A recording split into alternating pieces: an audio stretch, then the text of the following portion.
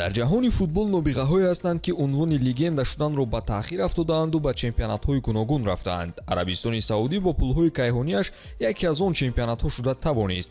Касе интизор набуд ки ин роҳро ба Арабистон яке аз нобиғаҳои ҳама давру замон Криштиану Роналду боз мекунад. Гузариши ӯ ба Ал-Наср на танҳо сенсатсия шуд, балки нишон дод ки ситораҳои ҷаҳонӣ чӣ хел метавонанд корномаашонро ба охир расонанд. имрӯз онҳоеро мегӯем ки ба Арабистон аз рӯи пул шуда гузариш кардаанд. равзанаи трансферӣ чунон рӯйдодҳое дошт ки ҳамаашон дар як навор ҷой намешаванд.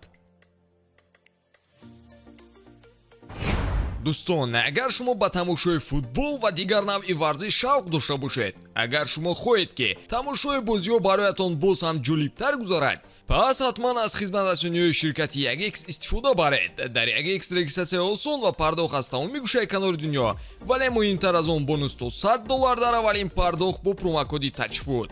силкаи зарурӣ дар комментария. Ба ҳама муваффақият.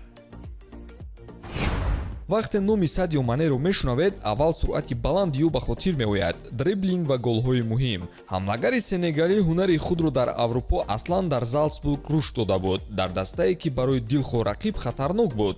таланти ӯро скаутони Саутгемптон мушоҳида карданд ва ӯро ба Англия бурданд. ҳама маҳорати бозингарро Юрген Клоп дар Ливерпул кушода кард гӯемам мешавад.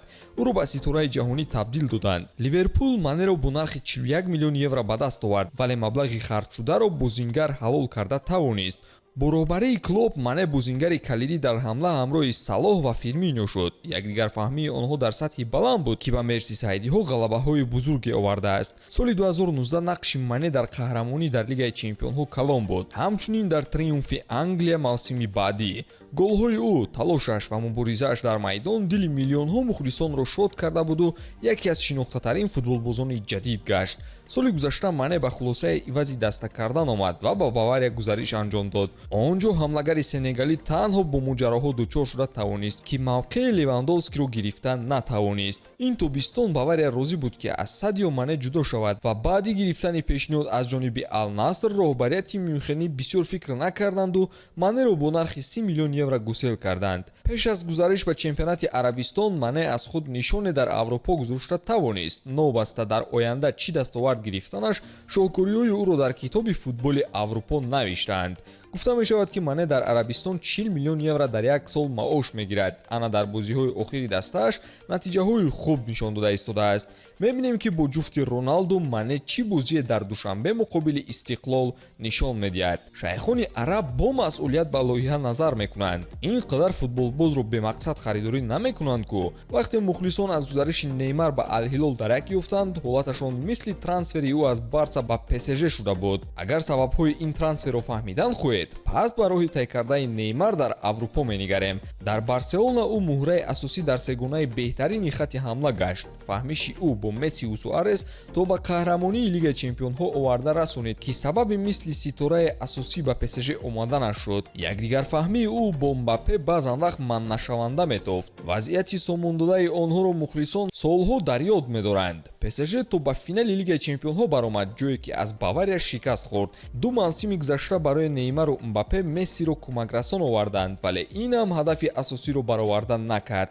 дар охири кор Месси ба Интер Майами гузариш кард ва аз қафояш навбат ба Неймар омада буд ки тарки даста намояд. новаста аз ҳунари зебояш лаҳзаҳои душвор барои Неймар вуҷуд доштанд, масалан ҷароҳатҳо ва нофаҳмоиҳо берун аз майдон. шояд ҳамин чизҳо сабаб шуда бошад ки Неймар ба Ал-Ҳилол гузариш кард. дар Арабистон Неймар шонси намедорад ва бояд ки ҳамаро аз сафҳаи нав оғоз кунад. ман инҷо барои рушди лига омадаам. инҷо тез тағйир меёбад, зеро трансферҳои зиёде амалӣ шуданд. чемпионат дар ҳақиқат рақобатпазир мешавад. маҳз баъди трансферҳои тобистона кӯшиш мекунем ки дастаамон ба ҳадафҳои худ имсол бирасад.